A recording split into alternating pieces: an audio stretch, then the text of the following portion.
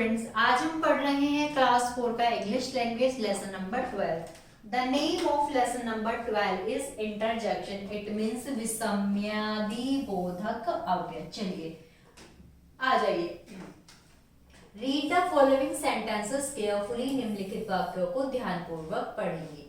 Bravo, well done my child, alas his cat is dead. चलिए अब मैं आपको बताती हूँ। इन्होंने बताया कि विषम्य बोधक अव्यय। अब ये क्या होते हैं, ये अब मैं आपको इसकी एक्सप्लेनेशन देती हूँ। अब मैंने आपको दो सेंटेंस पढ़ के बताया, bravo, well done my child, alas his cat is dead. प्यारे बच्चों, एक बात का हमेशा ध्यान रखना, हमारे जो फेस के एक्सप्रेशन है वो हमारे शब्द के, वाक्य के भाव को बदल देते हैं। अगर मैं आपसे ये कहती हूँ अलास, कितनी दुख की बात है कि मेरी जो बिल्ली है वह क्या हो गई है, मर गई है, कितनी दुख की बात है। और मैं उत्साह के साथ बोलती हूँ हुर्रे, मैं जीत गई हूं, तो क्या हमारे अंदर से एक उत्साह आ रहा है और अल्लाह से एक दुख प्रकट हो रहा है। अब आप देखिए, hurray, I have stood first, alas his cat is dead, oh you have come, hello how are you, हम क्वेश्चन कर रहे हैं, hello how are you, oh she is in pain, हम एक दुख के भाव को प्रकट कर रहे हैं। ओ ये कैसी है, दर्द में है या दर्द से करार रही है। पुली, what a dirty house it, Fi has a worn dirty clothes, good heaven is so poor, may you long live, what an interesting story it is, how sweet she is। तो प्यारे ये बच्चों, हमें ये 12 सेंटेंसेस दिए गए थे। अब हम इनके बारे में पढ़ते हैं।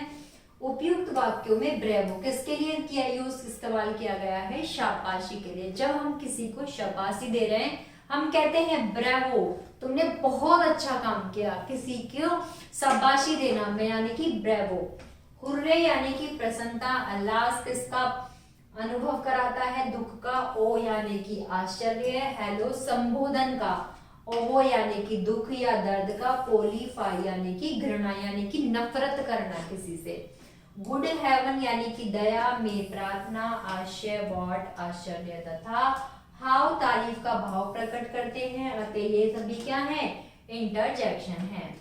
An interjection is a word which shows sudden feeling or emotion of the heart such as surprise, joy, sorrow, etc.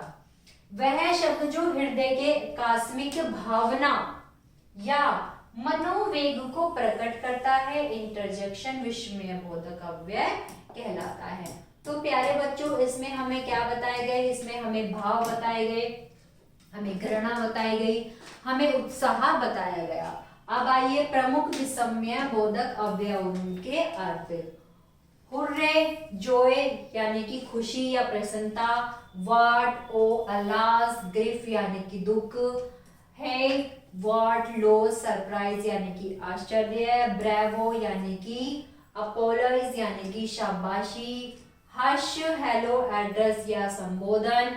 Shem, fire यानी कि रिप्रोवल यानी कि धिक्कार करना, यानी कि किसी को जब हम धिक्कारते हैं कि झट, इस तरीके से डांटना, उसको एक तरीके से धिक्कार देना।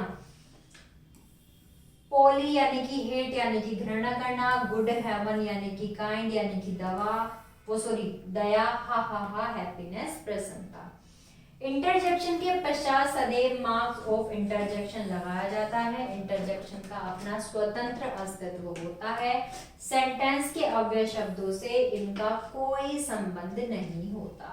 अतः वह शब्द जो हृदय के तीव्र भावों को दर्शाते हैं क्या कहलाते हैं, इंटरजेक्शन कहलाते हैं। Interjection is a word which express some sudden feeling or emotions।